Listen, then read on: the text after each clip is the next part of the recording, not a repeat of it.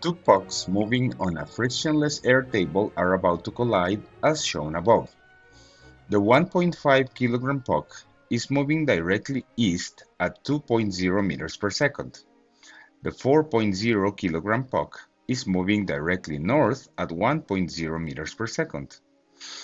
What is the magnitude of the total momentum of the two puck system after the collision? The total momentum can be considered a property of the system. This property does not change since there are no external forces doing work on the two-puck system. The table is frictionless, and the gravitational and normal forces are perpendicular to the motion. The total momentum, then, is the same after the collision as it was before the collision. The x component can be calculated as 1.5 kilograms times 2.0 meters per second or 3.0 kilogram meters per second.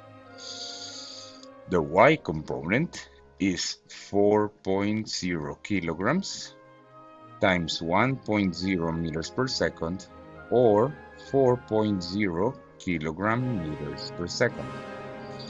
To get the magnitude, we apply the Pythagorean theorem and get 5.0 kilograms meters per second.